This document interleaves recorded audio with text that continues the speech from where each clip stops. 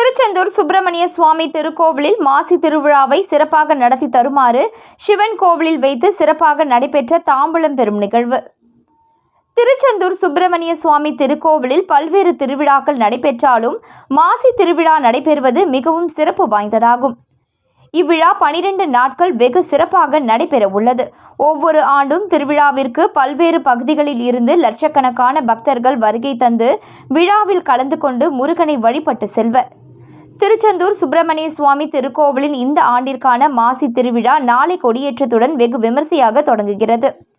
இந்த கொடியேற்று நிகழ்வு நடைபெறுவதை முன்னிட்டு இந்த மாசி திருவிழாவினை சிறப்பாக நடத்தி தருமாறு சிவன் கோவிலில் வைத்து திருச்செந்தூர் சுப்பிரமணிய சுவாமி திருக்கோவிலின் செயல் அலுவலர் ஞானசேகரன் காப்பு கட்டிய பட்டர் தியாகராஜனிடம் தேங்காய், பழம், வெற்றிலைப்பாக்கு, பூ உள்ளிட்டவைகளுடன் தாம்பூலம் கொடுத்து நிர்வாக அனுமதி வழங்கினார்.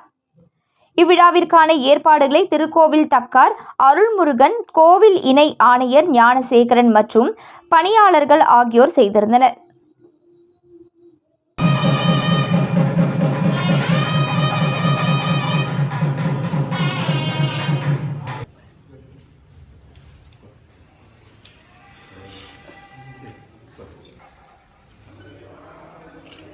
நீங்களும் உட்காந்துருங்க அப்படி. சூப்பர். ரைட்.